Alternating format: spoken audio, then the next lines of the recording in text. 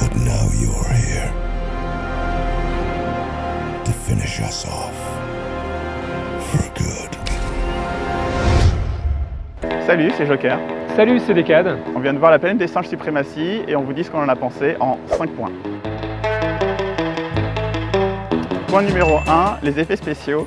Alors c'est bien fichu, c'est plutôt réaliste, notamment en particulier pour ce qui est des singes et les poils et leurs expressions. Finalement, ce qui m'a paru le plus fake, c'était plutôt les paysages et certains mouvements dans l'action. Je pense que ça y est, on a vraiment atteint une nouvelle frontière dans le photoréalisme, au niveau des singes en tout cas. Ils sont vraiment bluffants, ils étaient vraiment là à l'image, donc ça c'est vraiment ouf. Mais... Point numéro 2, les acteurs. Justement, les effets spéciaux permettent aux acteurs derrière les singes de donner une belle interprétation. Mention spéciale à Andy Serkis dans le rôle de César. Il montre qu'il est encore une fois le big boss de la performance capture. Ils sont hyper touchants, il y a pas mal de profondeur dans leurs émotions, pas mal de subtilité. Mais... Point numéro 3, la réalisation. Matt Reeves nous montre une certaine maîtrise de son sujet, il se montre assez compétent, comme dans le deuxième volet d'ailleurs. Et donc ça me donne envie de le voir aux manettes de The Batman avec Ben Affleck.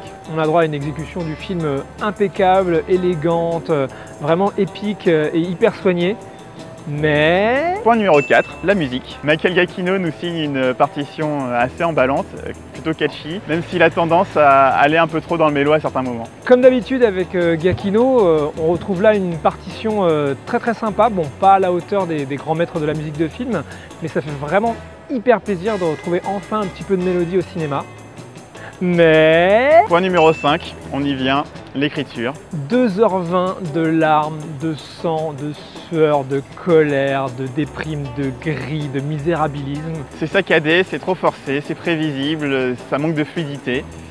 Et au final, au fur et à mesure de l'histoire, il y a de plus en plus de paresse dans le scénario et c'est dommage parce que ça casse tous les points positifs précédents. À l'exception d'un personnage, tous les autres sont dans le même registre de A à Z. César fronce les sourcils du début à la fin du film. On tire sans cesse sur la même corde émotionnelle pendant tout le long. Tout est grave, tout est lourd, tout est solennel et même prévisible au final. Du coup, c'est typiquement le genre d'écriture qui m'ennuie très vite. C'est un très mauvais point pour moi.